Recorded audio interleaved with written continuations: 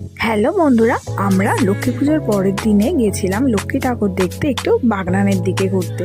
তো সন্ধেবেলায় আমরা দুজনে গাড়িটা নিয়ে বেরিয়ে পড়েছিলাম। আর তারপরে দেখো কত সুন্দর লাইটিংয়ে হয়েছে, তাই না? তো আমি তো কোনো দিনই আর কি লক্ষ্মী ঠাকুর এভাবে দেখতে যাইনি, আমার জীবনে এই ফার্স্টবার।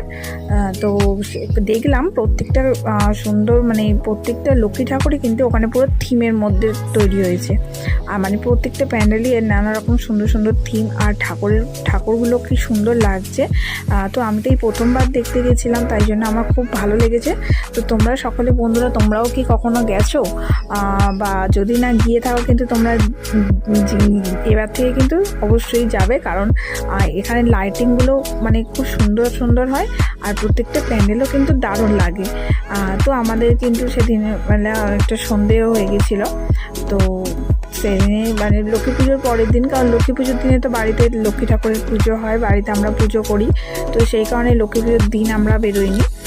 তো লক্ষ্মী পুজোর পরের দিনে তো আমি বললাম যে চলো না একবার যা হোক, কারণ আমরা তো কখনো যাইনি, আমি সেই জন্য একটু দেখতে নিয়ে চলো। তো সে কারণে আমরা গেছিলাম। তো দেখো এখানে লক্ষ্মী মায়ের মূর্তিটা কত সুন্দর লাগছে, তাই না? তো সখী বেশি আর কি এখানে মূর্তি যেটা, তো কত সুন্দর লাগছে দেখো।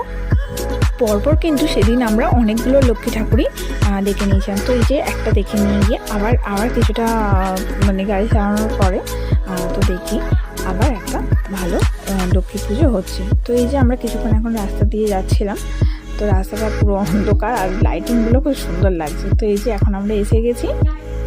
তো এই যে দেখো, তো এখানে লক্ষ্মী ঠাকুরটা খুব সুন্দরভাবে সাজানো আছে। আর এই যে তারপরে আবারও আমরা কিছুক্ষণ যাচ্ছি, কিছুক্ষণ ছাড়া ডিস্ট্যান্সে, যেহেতু একটা লক্ষ্মী ঠাকুরের প্যান্ডেল আছে। তো সেই জন্য কিছুক্ষণ আমরা আর কি যাওয়ার পরেই আর কি খুব সুন্দর সুন্দর প্যান্ডেলগুলো পাচ্ছিলাম। তো এই যে দেখো এখানে খুব সুন্দর একটা জাহাজের মতো করে, এই যে দেখো ওটা কিন্তু যেটা দীঘাতে আছে না, ঢেউসাগরের কাছে, ওইখানে অনুকরণে কিন্তু প্যান্ডেলটা হয়েছে। তো এই যে দেখো লক্ষ্মী মায়ের সুন্দর লাগছে, এই যে দেখছো বাইরের ফুল লুকটা। তো এই যে তারপরে এখানে কিন্তু খুব ভালো ফাংশান হচ্ছিল। তো এইটাই আমাদের শেষ আর কি সেদিনের মতো দেখা।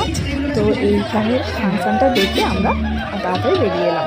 যে দেখো এখানে ফাংশান হচ্ছে, তো শিল্পীও যিনি গান গাইছিলেন তিনি নিচে নেমে এসেছিলেন। তারপরে এইটাই আমাদের লাস্ট দেখে আমরা এখন বাড়ি ফিরে আসছি। তো টাটা বন্ধুরা, সকলে ভালো থেকো, টাটা।